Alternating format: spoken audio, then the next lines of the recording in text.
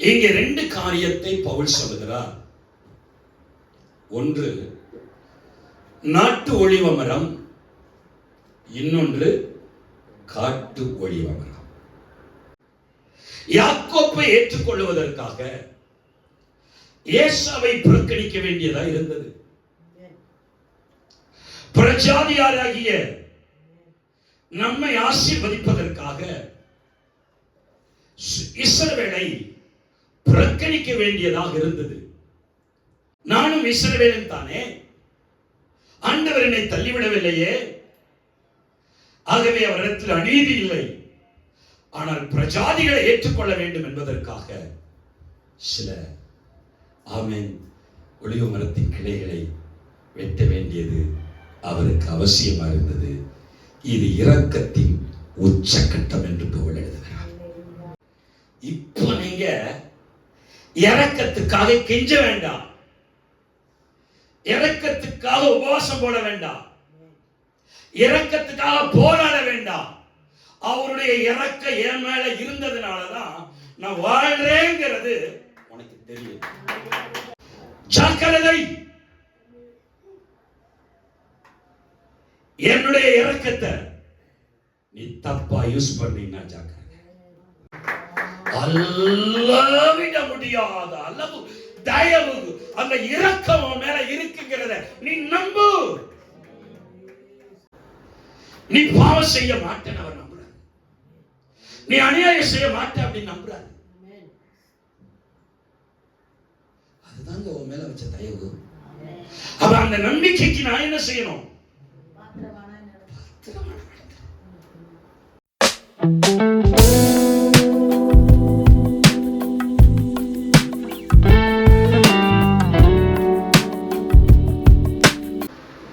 தேவனுடைய இரக்கத்தின் ஆழங்களை நாம் விளங்கிக் கொண்டு வாழ வேண்டும் என்ற விருப்பத்தோடு இன்றைக்கு தேவனுடைய வார்த்தையை நான் உங்களுக்கு கொண்டு வருகிறேன். நம்முடைய தேவனுடைய இரக்கத்தின் ஆழங்கள் வாசிப்போம். ரோமர் 11வது அதிகாரம் 16வது வசனம். மேலும் முதல் பலனாகிய மாவானது பரிசுத்தமாயிருந்தால் பிசைந்த மா முழுவதும் பரிசுத்தமாயிருக்கும். வேரானது பரிசுத்தமாயிருந்தால் கிளைகளும் பரிசுத்தமாய் இருக்கும். சில கிளைகள் முறித்து போடப்பட்டிருக்க காட்டு ஒலிவ மரமாகிய நீ அவைகள் இருந்த இடத்திலே ஒட்ட வைக்கப்பட்டு ஒலிவ மரத்தின் வேருக்கும் சாரத்துக்கும் உடல் பங்காளி ஆனான். அருமையான தேவனுடைய பிள்ளைகளே, ரோமர் 16வது அதிகாரத்தை இஸ்ரவேல் ஜனங்களுக்கும் பிரஜாதி ஜனங்களுக்கும் விளக்குவதற்காக அப்போஸ்தலனாகிய பவுல் சில ரகசியங்களை இங்கே பேசுகிறார். அது பிசைந்த மாவை குறித்து பேசுகிறார். அடுத்ததாக ஒலிவ மரத்தை குறித்து பேசுகிறார்.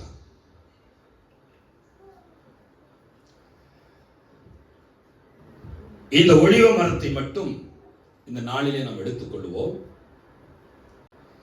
இங்கே ரெண்டு காரியத்தை பவுல் சொல்லுகிறார். ஒன்று நாட்டு ஒலிவ மரம், இன்னொன்று காட்டு ஒலிவ மரம். Price the Lord. ஒன்று நாட்டு ஒலிவ மரம், இன்னொன்று காட்டு ஒலிவ மரம். நீங்கள் இப்படி கற்பனை செய்து கொள்ளுங்கள். வலது பக்கத்திலே நாட்டு ஒலிவ மரம் இருக்கிறது என்றும், இடது பக்கத்திலே ஒரு காட்டு ஒலிவ மரம் இருக்கிறதையும் நீங்கள் கற்பனை செய்து கொள்ளுங்கள். ஆண்டவர் இங்கே சொல்லுகிறார், நாட்டு ஒலிவ மரத்துக்கு வேர் இருக்கிறது. அந்த நாட்டு ஒலிவ மரத்துக்கு தண்டுகள் இருக்கிறது. அதற்கப்புறம் அந்த நாட்டு ஒலிவ மரத்துக்கு கிளைகள் இருக்கிறது. இப்ப என்ன சொல்ற ஆண்டவருங்க, வேரானது பரிசுத்தமாய் இருந்தால் கிளைகள் அனைத்தும் பரிசுத்தமாய் இருக்கும் என்று சொல்கிறார். எதற்காக வேரை பற்றி பேசுகிறார்? எதற்காக கிளைகளை பற்றி பேசுகிறார்? அதில் என்ன 17 சொல்லுகிறார், சில கிளைகளை முறித்து போட்டு காட்டு ஒலிவ மரத்தில் இருக்கக்கூடிய சில கிளைகளை வெட்டி நாட்டு ஒலிவ மரத்தோடு ஒட்ட வைக்கிறதை குறித்து பேசுகிறார். காட்டு ஒலிவ மரத்தில் இருக்கிற சில கிளைகளை வெட்டுகிறார். நாட்டு ஒலிவ மரத்தில் இருக்கிற சில கிளைகளை வெட்டுகிறார். இந்த காட்டு ஒலிவ மரத்தில் இருக்கிற கிளைகளை நாட்டு ஒலிவ மரத்தோடு என்ன செய்கிறார்? ஒட்ட வைக்கிறார். அப்ப ஒட்ட வைத்து என்ன சொல்லுகிறார்? இந்த காட்டு ஒலிவ மரத்திலிருந்து வெட்டப்பட்ட அந்த கிளைகள் நாட்டு ஒலிவ மரத்தோட ஒட்ட வைத்ததினால அந்த நாட்டு ஒலிவ மரத்திலிருந்து வேர்ல இருக்கக்கூடிய எல்லா சக்திக்கும் எல்லா வல்லமைக்கும் இந்த காட்டு ஒலிவ மரம் உடன் பங்காளியாக மாறுகிறது. ஆமென் சொல்லுவோமா? அல்லேலூயா. அப்படின்னா இந்த நாட்டு ஒலிவ மரத்திலிருந்து தான் ஆசீர்வாதம் வருகிறது. இந்த நாட்டு ஒலிவ மரமாகிய அந்த வேரில் இருந்துதான் முழு ஆசீர்வாதமும் இஸ்ராயேல் மக்களுக்கு வருகிறது, இஸ்ராயேல் தேசத்துக்கு வருகிறது. இயேசு இல்லாமல் இஸ்ரவேல் தேசம் இல்லை. இயேசு இல்லாமல் ஒருவரும் ஆசீர்வதிக்கப்பட முடியாது. ஆகவே இங்க பவுல் என்னத்தை விளக்குகிறார்? இந்த வேரை இயேசுவுக்கு ஒப்பனையாகவும் இந்த மரத்தினுடைய அந்த தண்டு இஸ்ரவேல் ஜனத்துக்கும் அந்த கிளைகள் இஸ்ரவேல் ஜனங்களுக்கு வைக்கப்பட்ட ஆசீர்வாதத்துக்கும் அடையாளமாக இருக்கிறது. புரிஞ்சவங்க ஒரு அல்லேலூயா. வேறு இயேசுவை அடையாளப்படுத்துகிறது. அந்த மரத்தினுடைய தண்டு பகுதி இஸ்ரவேல் ஜனங்களை அடையாளப்படுத்துகிறது. அந்த கிளைகள் இஸ்ரவேல் ஜனங்களுக்கு வைக்கப்பட்டிருக்கிற பேர் ஆசீர்வாதத்தை அடையாளப்படுத்துகிறது. புரிஞ்சுச்சா? அல்லேலூயா. அப்ப காட்டு ஒலிவ மரத்தில் இருக்கு, நாட்டு ஒலிவ மரத்துல இருக்கிற சில கிளைகளை வெட்டிவிட்டால், காட்டு ஒலிவ மரத்தில் இருக்கிற சில கிளைகளை வெட்டிவிட்டு இந்த காட்டு ஒலிவ மரத்தில் இருக்கிற கிளைகளை நாட்டு ஒலிவ மரத்தோடு ஒட்ட வைத்தார். பார்த்தீங்களா? அதுதாங்க அவருடைய இரக்கத்தின் ஆழம். அல்லேலூயா. அதுதான் அவருடைய இரக்கத்தின் ஆழம். அப்போ இந்த நாட்டு ஒலிவ மரம் காட்டு ஒலிவ மரம் ஒரு நாளும் இந்த நாட்டு ஒலிவ மரத்தோட ஒட்ட வைங்கன்னு இந்த காட்டு ஒலிவ மரம் ஒரு நாளும் செபிக்கல, ஒரு நாளும் கேட்கல. ஆண்டவரே என்ன செய்தார்னா, இந்த காட்டு ஒலிவ மரமும் ஆசீர்வாதத்தை பெற்றுக்கொண்டா நல்லா இருக்குமே. ஏன் இந்த காட்டு ஒலிவ மரம் இந்த ஆசீர்வாதம் இல்லாம வாழ்ந்துட்டு இருக்கு. இந்த காட்டு ஒளிவு மரத்துக்கும் இந்த நான் தானே பேர் ஆசீர்வாதம். அதனால அவரே முன் வந்து இந்த காட்டு ஒளிவு மரத்தில் இருக்கிற சில கிளைகளை வெட்டி நாட்டு ஒளிவு மரத்தோட ஒட்ட வச்சிட்டாரு. ஒரு நாளும் இந்த காட்டு ஒளிவு மரம் என்ன நாட்டு ஒளிவு மரத்தோட ஒட்ட வையின்னு ஜெபிக்கவும் இல்லை, கேட்கவும் இல்லை. அல்லேலூயா. எப்போ இந்த காட்டு ஒளிவு மரத்தை கிளைகளை நாட்டு ஒளிவு மரத்தோட ஒட்ட வச்சாரோ அன்னைக்கே அந்த நாட்டு ஒளிவு மரத்தினுடைய வேருக்கும் அதனுடைய ஆசீர்வாதத்துக்கும் காட்டு ஒளிவு மரத்தினுடைய கிளைகள் பங்காளியாய் மாறிவிட்டது. அந்த ஆசீர்வாதத்துக்கு உடன் சுதந்திரராக இந்த காட்டு ஒளிவு மரம் அதனுடைய கிளைகள் மாறிவிட்டது. இதுவரைக்கும் அந்த காட்டு ஒளிவு மரத்தில் இருக்கக்கூடிய வேர்ல இருந்து கசப்புகளும் வைராக்கியங்களும் பொறாமைகளும் எரிச்சல்களும் அந்த காட்டு ஒளிவு மரத்தின் கிளைகளுக்கு போச்சு. அதனால அந்த காட்டு ஒளிவு மரம் எப்பொழுது பார்த்தாலும் ஒரு கசப்பான கனியவே கொடுத்து கொண்டிருந்தது.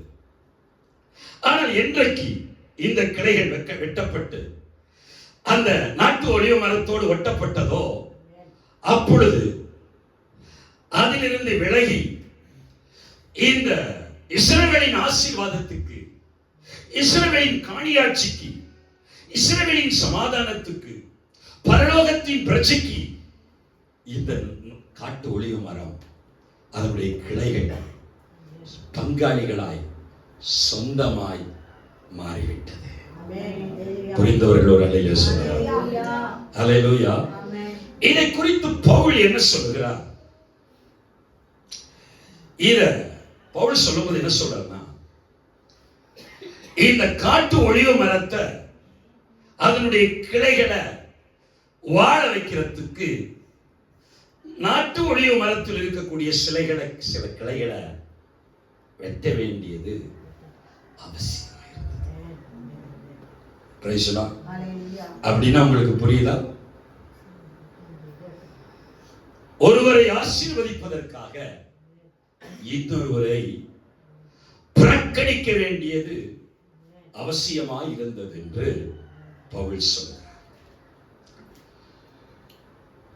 இங்க கவனிப்போம்.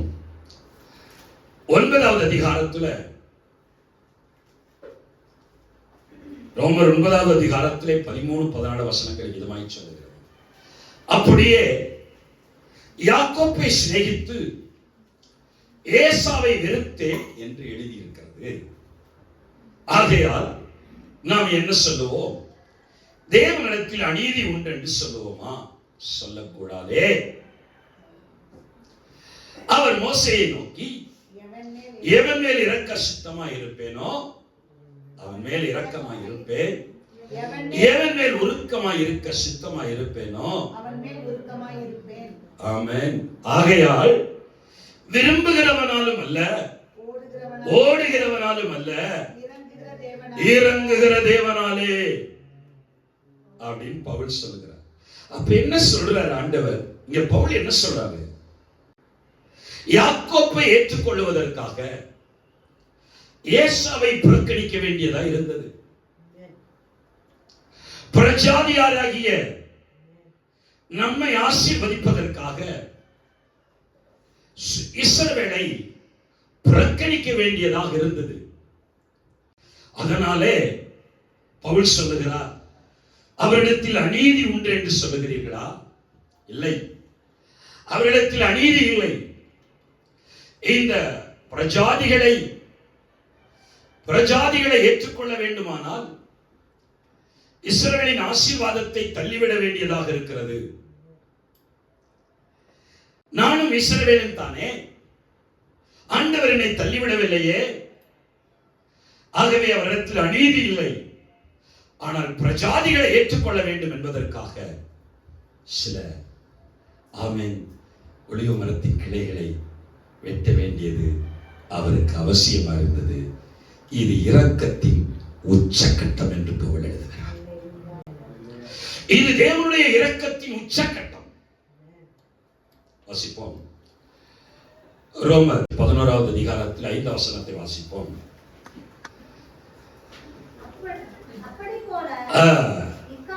அப்படி போல இக்காலத்திலே கிருபையினாலே உண்டாகும் தெரிந்து கொள்ளுதலின்படி. அருமையானவர்களே, இங்கே மேல சில வசனங்களை நாம் வாசிக்கும் பொழுது எலியாவை குறித்து சில காரியங்களை பவுல் இங்கே எழுதுகிறார். 3 வசனத்திலே 11:3 கர்த்தாவே உம்முடைய தீர்க்கதரிசிகளை அவர்கள் கொலை செய்து உம்முடைய பலிபீடங்களை இடித்து போட்டார்கள். நான் ஒருவன் மாத்திரம் மீதியா இருக்கிறேன். என் பிராணனையும் வாங்க தேடுகிறார்கள். விண்ணப்பம் பண்ணின போது அவனுக்கு உண்டான தேவ உத்தரவு என்ன? பாகாலுக்கு முன்பதாக முழங்கால் படியிடாத 7000 பேரை ஆமென். என்ன கவனிங்க, நான் சொல்லுகிற சத்தியத்தின் ஆழத்தை கவனிங்க. இதை கவனிச்சாதான் ஆண்டவருடைய இரக்கத்தின் ஆழம் புரியும். ஆண்டவர் நம்ம மேல அளவு கடந்த அளவுக்கு இரக்கமுடையவராக இருக்கிறார். அந்த இரக்கத்தின் ஆழத்துக்கு முடிவே கிடையாது. அந்த இரக்கத்தின் ஆழத்தை எந்த மனுஷனாலும் வர்ணிக்க முடியாது. அவ்வளவு இரக்கமுடையவராக இருக்கிறார். ஆமென் சொல்லுவோமா? அல்லேலூயா. அந்த இரக்கத்தை நாம் எப்படி புரிந்து கொள்ள வேண்டும் என்று பவுல் கொஞ்சம் சிரமப்பட்டு சொல்லுகிறார். என்ன சொல்றாரு இங்க? எலியாமனுடைய ஜெபத்தை குறித்து சொல்றாரு. ஒன்று ராஜாக்களுடைய புத்தகம் 19வது அதிகாரம் 14 அவர் ஜெபித்த ஜெபத்தை சொல்லுகிறார். அதற்கு அவன் சேனைகளின் தேவனாகிய கர்த்தருக்காக வெகு பக்தி வைராக்கியமாயிருந்தேன்.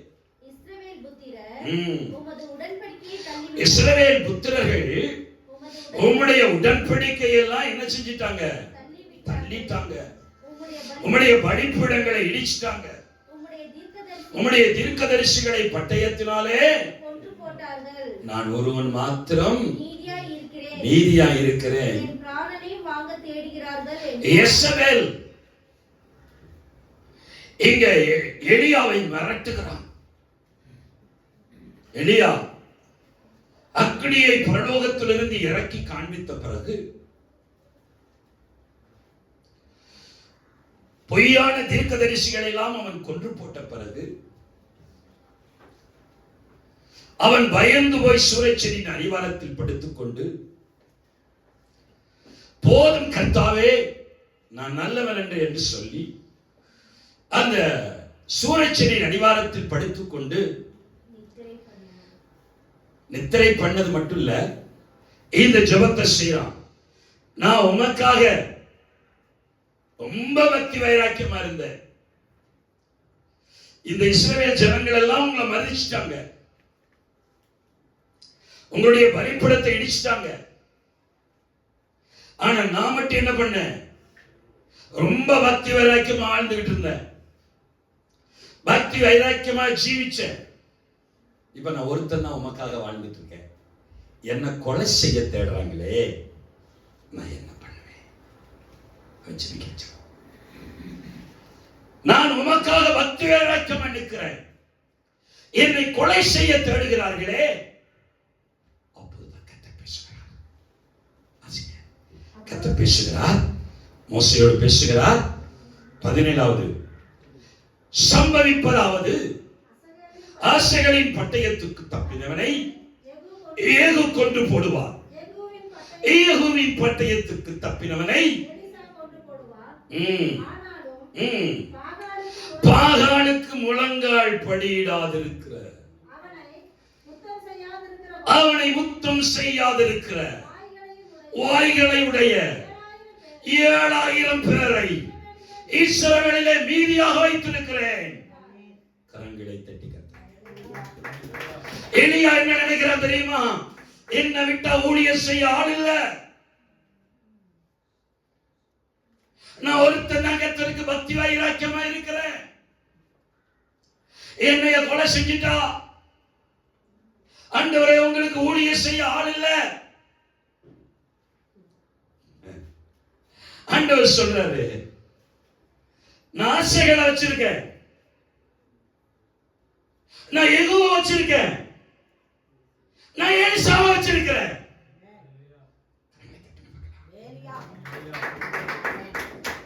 நீ நினைக்கிற நான் ஒன்ன மட்டும் தான் வச்சிருக்கேன், இல்ல, உன்னைய விட பாகாலுக்கு முழங்கால் படியிடாத, பாகாலுக்கு முத்தம் செய்யாத 7000 ஜனங்களை நான் வச்சிருக்கிறேன்.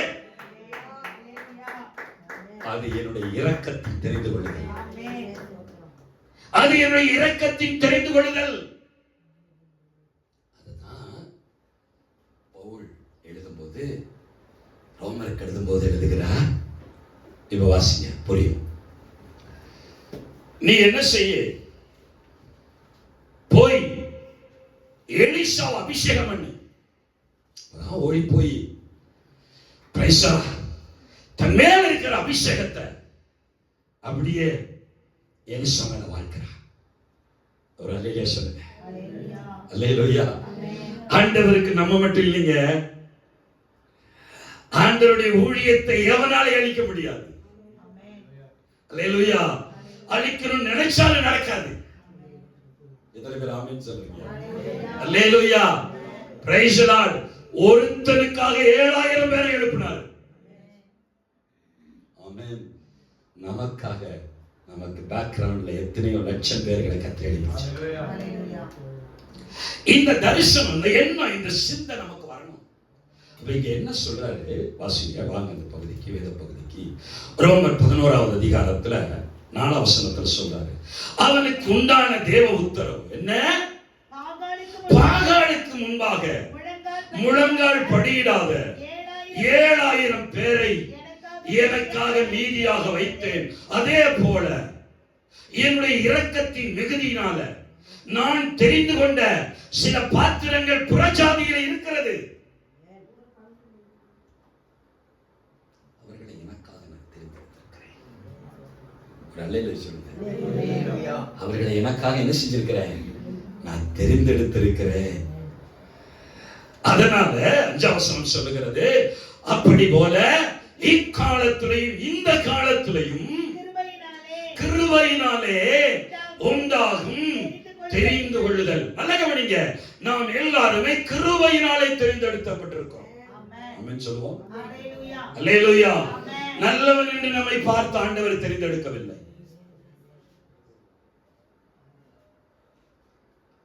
நம்மை பரிசுத்தவான் என்று பார்த்து தெரிந்தெடுக்கவில்லை.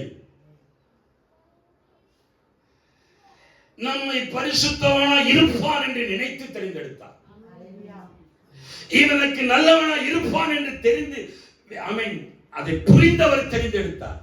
நான் சொல்றதை புரிஞ்சுக்குங்க. நான் நல்லவனா இருக்கிறதுனால தெரிந்தெடுக்கல, நான் குவாலிஃபைடு உள்ளவன் அப்படிங்கிறதுனால தெரிந்தெடுக்கல, நான் அவருடைய குவாலிஃபைடா மாறிடுவேன் அப்படின்னு நம்பி என்ன தெரிந்தெடுத்திருக்கிறேன். இதுதான் கிருபையினாலே உள்ள தெரிந்து கொள்ளுதல்.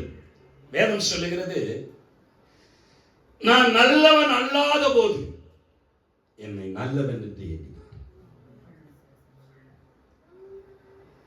நான் பரிசுத்தவன் அல்லாத போது என்னை பரிசுத்தவான் என்று நினைத்து அவர் தெரிந்தெடுத்தார். இதுதான் அவருடைய தெரிந்து கொள்ளுதல். ஒரு அல்லேலூயா சொல்லுங்க. பிறகு இந்த தெரிந்து கொள்ளுதலை நான் புரிந்த பிறகு தேவனோடு கூட, அந்த நாட்டு ஒலிவ மரத்தோடு கூட நான் என்னை இணைத்துக் கொண்டேன். Price the Lord. இந்த நாட்டு ஒளியும் வரை என்ன, அது இஸ்ரவேலுக்கு வைக்கப்பட்ட ஆசீர்வாதம். அந்த நாட்டு ஒளியும் மரத்தினுடைய வேர் யார் தெரியுமா? Jesus Christ. அப்ப நமக்கு ஆசீர்வாதம் எங்கிருந்து வருது? அந்த வேர்ல இருந்து வருது. அப்ப இந்த ரகசியத்தை சொல்றாரு. என்ன சொல்றாரு? ஐயா, பிரஜாதிகளாகிய மக்களையும் ஆண்டவர் தெரிந்தெடுத்துக் கொண்டார், தனக்காக தெரிந்தெடுத்துக் கொண்டார். அது கிருபையின் அடிப்படையிலே அவர் தெரிந்து கொண்டார். இந்த கிருபையின் அடிப்படையிலே தெரிந்து கொண்ட அந்த மக்கள், அந்த தேவனுடைய பிள்ளைகள், அந்த தெரிந்து கொள்ளின் ஆழத்தை புரிந்து கொண்டு ஆண்டவருடைய அந்த வேரோடு கூட இணைந்து வாழ வேண்டும், இணைந்து ஜீவிக்க வேண்டும். அந்த வேரிலிருந்து வரக்கூடிய வல்லமையை, அந்த வேரிலிருந்து வரக்கூடிய அபிஷேகத்தை, அந்த வேரிலிருந்து வரக்கூடிய மகிமையை, அந்த வேரிலிருந்து வரக்கூடிய தேவனுடைய பிரசன்னத்தை, அந்த வேரிலிருந்து வரக்கூடிய எல்லாவித ஆசீர்வாதத்துக்கும் இந்த காட்டு ஒளி மரம் உடன் பங்காளியாய் மாறிவிட்டது. இது திறமைக்கு கிடைத்ததல்ல, இது இரக்கத்தின் மிகுதிக்கு கிடைத்த மாபெரும் ஆசீர்வாதம். அப்போ பவுல் என்ன எதிர்பார்க்கிறார்? ஒவ்வொரு தேவனுடைய பிள்ளைகளும் அந்த தேவனுடைய இரக்கத்தின் ஆழத்தை புரிந்து கொள்ள வேண்டும். அந்த தேவனுடைய இரக்கத்தின் ஆழத்தை விலகிக் கொண்டு அந்த இயேசு கிறிஸ்துவினுடைய அந்த பிரசன்ஸை அவர்கள் அனுபவிக்க வேண்டும் என்று கர்த்தர் எதிர்பார்க்கிறார். பேதுரு 3 காரியத்துக்கு நாம் பங்காளிகளுக்கு இருக்கிறோம் என்று அவர் சொல்லுகிறார். எழுதி வைத்துக் கொள்ளுங்கள். 1 பேதுரு 4வது அதிகாரம் 13 வசனம். நாம் கிறிஸ்துவின் பாடுகளுக்கு பங்காளிகளாக இருக்கிறோம் என்று எழுதுகிறார். 1 பேதுரு 5:1 சொல்லுகிறது, ஈடி வெளிப்படும் மகிமைக்கு நான் பங்காளிகளாக இருக்கிறேன் என்று எழுதுகிறார். வெளிப்படுத்துற விசேஷம் 1:9 சொல்லுகிறார், நான் கிறிஸ்துவின் பொறுமைக்கு பங்காளிகளாக இருக்கிறேன். சரி, இந்த இரக்கத்தின் ஆழத்தை நான் புரிந்து கொள்ளும் போது என்னுடைய வாழ்க்கையில என்ன சம்பவிக்கிறது அதை நான் பேசிவிட்டு அடுத்த பகுதிக்கு வருகிறேன். இந்த இரக்கத்தின் ஆழத்தை நான் புரிந்து கொள்ளும் பொழுது முதல்ல எனக்குள் இருக்கிற பெருமை உடைந்து நொறுங்குகிறது. எனக்குள் இருக்கிற பெருமை உடைந்து நொறுங்குகிறது. தேவனுடைய இரக்கத்துல தாங்க பெருமை உடைகிற சக்தி ஆண்டவர் வச்சிருக்கிறார். அல்லேலூயா. சில ரதங்களை குறித்தும் சிலர் குதிரைகளை குறித்தும் மேன்மை பாராட்டுகிறார்கள். நானோ எங்கள் தேவனை குறித்து மேன்மை பாராட்டு. இன்னைக்கு உலகத்துல பாத்தீங்கன்னா ஒவ்வொருத்தருக்கும் ஒவ்வொரு விதமான பெருமை. சிலர் தங்கள் குடும்பத்தை குறித்து பெருமை பாராட்டுறாங்க. சிலர் தங்களுடைய உபவாச ஜெபத்தை குறித்து ரொம்ப பெருமையா பேசிக்குவாங்க. சிலர் தங்களுடைய சபையுடைய வளர்ச்சியை குறித்து ரொம்ப என்ன செய்வாங்க, பெருமையா பேசிக்குவாங்க. சிலர் தங்களுடைய ஜாதிகளை குறித்து ரொம்ப பெருமையா பேசிக்குவாங்க. சிலர் தங்களுக்கு கிடைத்த வெளிப்பாடுகளை குறித்து என்ன செய்வாங்க, பெருமையா பேசிக்குவாங்க.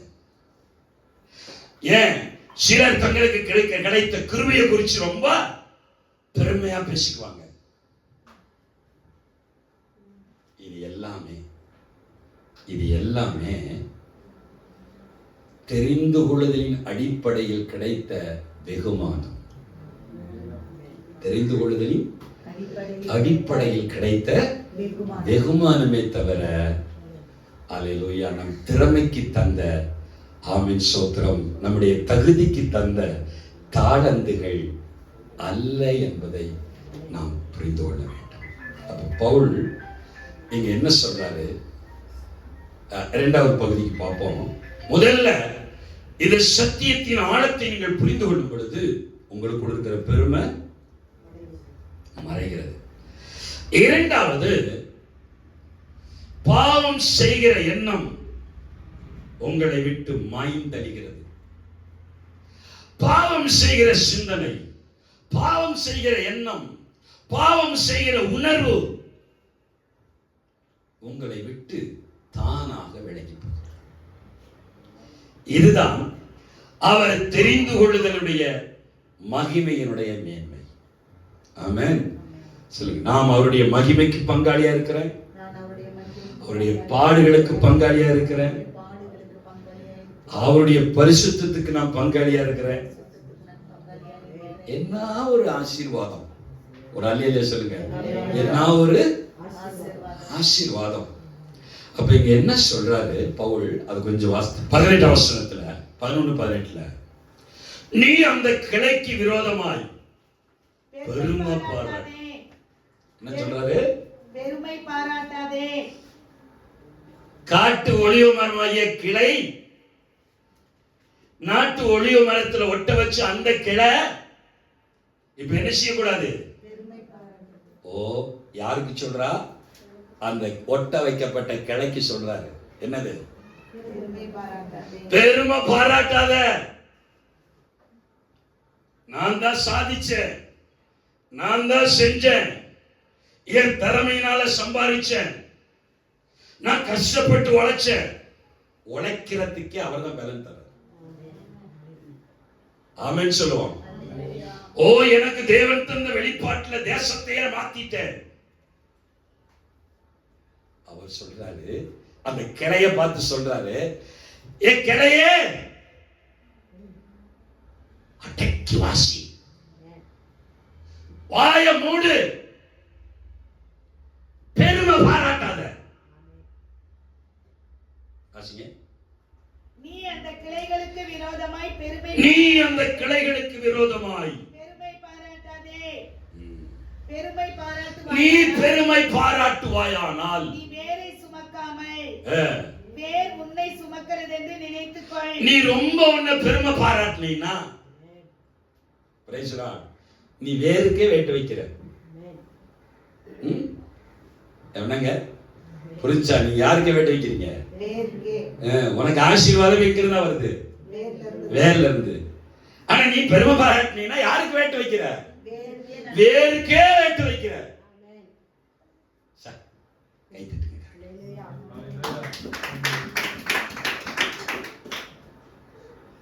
ஆமென்.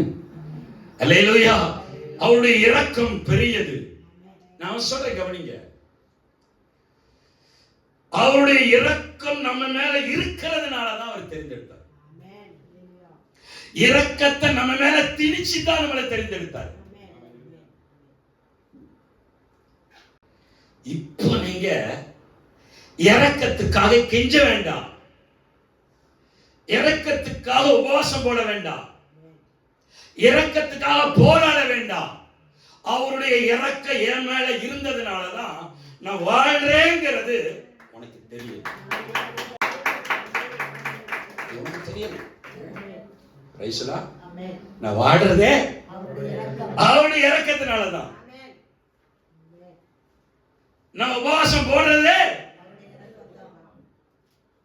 எனக்கு அற்புதமா வேலை கிடைச்சதே, நான் சம்பாதிக்கிறதே, சம்பாதிக்க பலன் தராரு. நீ ஒன்ன பெருமை பாராட்டிட கூடாதுங்கிறதுக்காகத்தான் அங்க வெட்டி இங்க ஒட்ட வச்ச. ஆமென். அல்லேலூயா. அதனால என்ன சொல்றாரு? அடுத்து வாசிப்போம். நல்லது. 19 நான் ஒட்டை வைக்கப்படுவதற்கு அந்த கிளைகள் முறிந்து போடப்பட்டது என்று சொல்லுகிறாயே. நல்லது. அவிசுவாசத்தினாலே அவைகள் முறிந்து போடப்பட்டன. இங்க பாருங்க, இந்த இஸ்ரவேல் ஜனம் இயேசுவை ஏற்றுக்கொள்ளல, அதனால கிளை வெட்டப்பட்டது. நீ ஏற்றுக்கொண்ட, நான் ஒட்ட வச்சிட்டேன். அல்லேலூயா. நல்ல ஒரு அல்லேலூயா சொல்லுவோம். அவங்க ஏற்றுக்கொள்ளல, அதனால கிளையை வெட்டிட்டாரு. நீ ஏற்றுக்கொண்ட, அதனால கிளையை என்ன செஞ்சாரு? ஒட்ட வச்சிட்டாரு. அல்லேலூயா. Praise the lord. அவங்க அவிசுவாசத்தினால தள்ளப்பட்டுட்டாங்க. நீ நீ விசுவாசத்தினால் என்ன நம்புறதுனால ஒட்ட வச்சுட்ட. நான் ஒட்ட வச்சதுனால நீ என்ன நம்பிட்ட.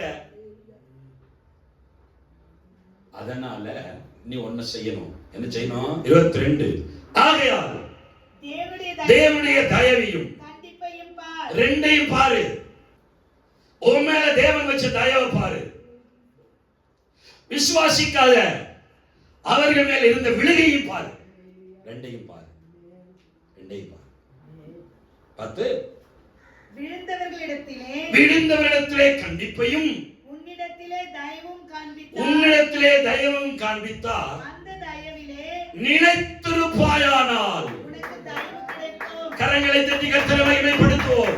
அந்த தயவிலே நீ நிலைத்திருப்பாயானால் அதிகமான தயவு கிடைக்கும்.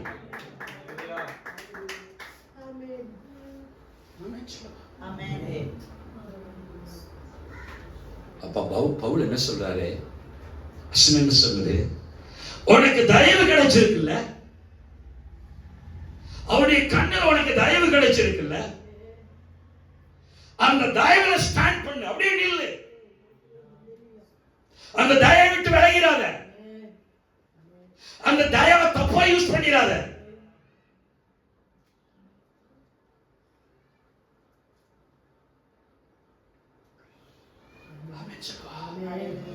இதை கேட்கிறதே ஒரு பெரிய தயவு. சத்தியத்தை கேட்கிறதே பெரிய தயவு. உங்களுக்கு தெரியுமா? அளவிட முடியாத அளவு தயவு, அந்த இரக்கம் மேல இருக்குங்கிறத நீ நம்பு. அதை நீ நம்பலன்னா உனக்கு வாழ்க்கை கிடையாது. இறக்கத்துக்காக போய் என்ன செய்யாத, கெஞ்சாத. இறக்கத்துக்காக என்ன செய்யாத, கூப்பாடு போடாத. இறக்க வச்சதுனாலதான் வெட்டி ஓட்டினார். அப்ப என்ன சொல்றாரு? விழுந்தவனையும் பார், உண்மையில நான் வச்ச தயவையும் பார்.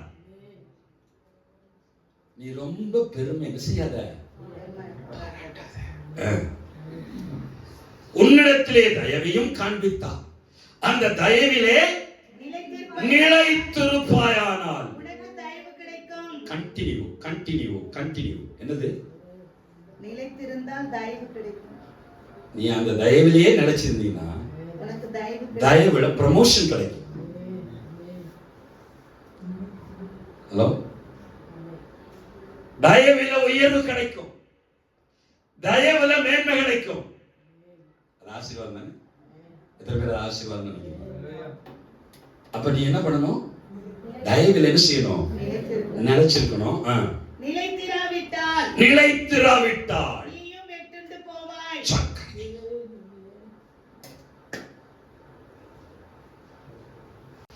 ஜாக்கிரதை. என்னுடைய இரக்கத்தை நீ தப்பா யூஸ் பண்ணீங்கன்னா ஜாக்கிரதை. எச்சரிக்கை கொடுக்கிறேன். இளையகுமாரன் எல்லாத்தையும் செலவு பண்ணிட்டு அப்பா கிட்ட வரான். எல்லாத்தையும் செலவு பண்ணிட்டான்.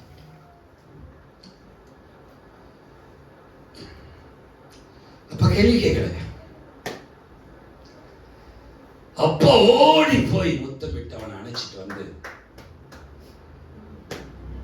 வஸ்திரத்தை உடுத்தி கைக்கு மோதிரம் போட்டு பாதரட்சி போட்டு கொளுத்த கண்ணை அடிச்சு ஒரே விருந்து கொண்டாடுறாரு.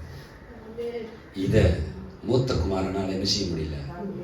ஐயோ, நான் சொல்றேன் கவனிங்க, இந்த மாதிரி சத்தியத்தை மூத்த குமாரனால விளங்கிக்க முடியாது. இன்னும் கவனிங்க, நீங்க சற்று நிமிஷம் அந்த இளையகுமாரை கொஞ்சம் சிந்திச்சு பாருங்க. இளையகுமார் உள்ள வந்துட்டான், கூட்டிட்டு வந்துட்டாங்க, குளிக்க வச்சாச்சு, புது ஆடையை போட்டாச்சு, பெரிய ட்ரம்ஸ் அடிச்சு அடிக்கிறாங்க, நடனம் ஆகுறது. இவனுக்கு என்னங்க நினைச்சிருப்பான்? என்ன நினைச்சிருப்பான்? கொஞ்சம் கற்பனை பண்ணி பாருங்க. என்ன நினைச்சிருப்பான்? எனக்கு வந்த வாழ்வா,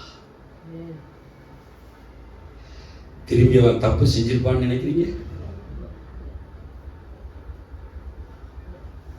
என்ன பொறுத்தளவுல அது வாய்ப்பு இல்லை. ஏன்னா அங்க தவிட்ட தின்னது,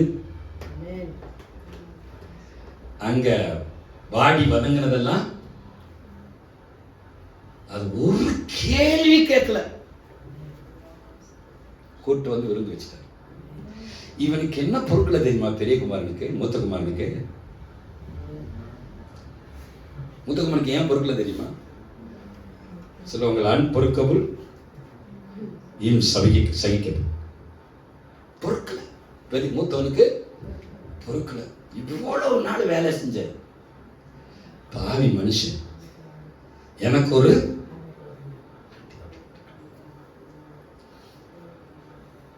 நீ உன் திறமையை நம்பி வேலை செஞ்ச. ஆமென் சொல்லுவோமா? அல்லேலூயா. அவருடைய இரக்கத்துல வாழ்றது ஒரு பெரிய சாக்கியம், ஒரு பாக்கியம். என் மேல் இரக்கம் வைத்தீரே, என் மேல் அளவு கடந்த அளவுக்கு இரக்கம் வைத்தீரே. அந்த இரக்கத்தின் ஆழத்துக்கு எல்லையும் கிடையாது.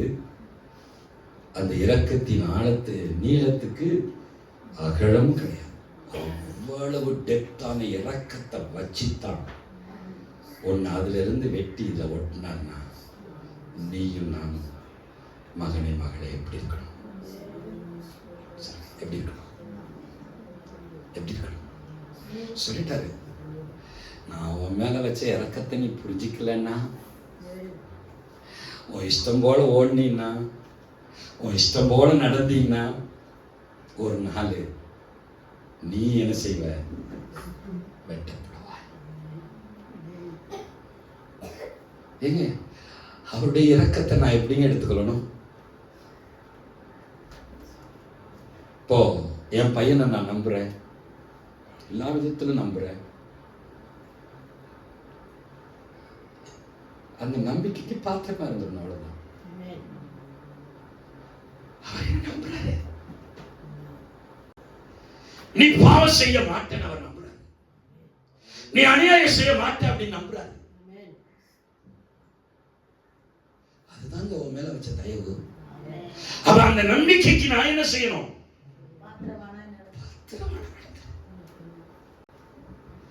என் மேல நம்பிக்கை வச்சிருக்காரு, நான் என்ன வேணாலும் செய்வேன்.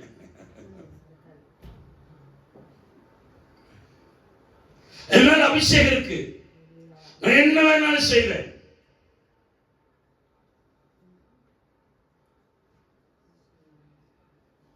இல்லையா? அப்ப ஆண்டவர் என்ன விரும்புறாரு? தேவன் உனக்கு தந்த தயவுல நீ நிலைத்திரு. அப்ப ஆண்டவர் என்ன விரும்புறாரு? தேவன் உனக்கு தந்த தயவுல நீ நிலைத்திரு. இரக்கத்தின் ஆழம், இரக்கத்தின் ஐஸ்வர்யம், அது நம்மை வைத்த இரக்கத்தின் ஐஸ்வர்யம். எத்தனை பேர் நம்புறீங்க? ஆண்டவர் என் மேல் இரக்கம் உள்ளவராக இருக்கார். அப்படி எழுந்திருப்போம், அப்படி எழுந்திருப்போம். என் அப்பா, என் தெய்வம், என் ரட்சகர் என் மேல் இரக்கம் உள்ளவராக இருக்கிறார். நீ இதை விசுவாசிக்கிறியோ இல்லையோ, இதை நீ நம்புறியோ இல்லையோ, அவர் உன் மேல இறக்க வச்சிருக்க. நம்பலன்னா அது எனக்கு அது பொறுத்து கிடையாது. உன் மேல அவர் இறக்க வச்சிருக்கிறாருன்னு என்னால நம்ப முடியல அப்படின்னா அது என்னுடைய பொறுப்பு அல்ல.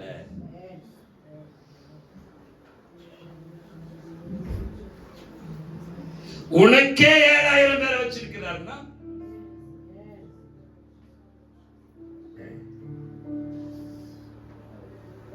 அல்லேலூயா, ஆமென், ஸ்தோத்திரம்.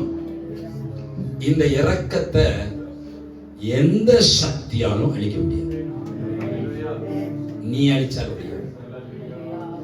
என் மேல எங்கெங்க அவர் இறக்க வச்சிருக்காரு, என் மேல எங்கெங்க தயவு வச்சிருக்கிறாரு அப்படின்னு நீ வாயை திறந்து சொன்னால் ஒழிய இந்த இரக்கத்தை, உண்மையில வச்சிருக்கிற இரக்கத்தை வானத்துக்கு கீழேயும் பூமிக்கு மேலேயும் எந்த சக்தியாலும் உண்மையில வச்சிருக்கிற இரக்கத்தை தடை பண்ண முடியாது, அதை அழிக்க முடியாது, அதை உன்னிலிருந்து எடுக்க முடியாது. இதை நீ உணர்ந்து கொள்ளுவாயானால் இயேசு கிறிஸ்துவுக்குள் இருந்த அத்தனை ஆசீர்வாதத்துக்கும் நீ உடன் பங்காளி, நீ சுதந்திரவாளி. அப்படியே கரங்களை உயர்த்தும்.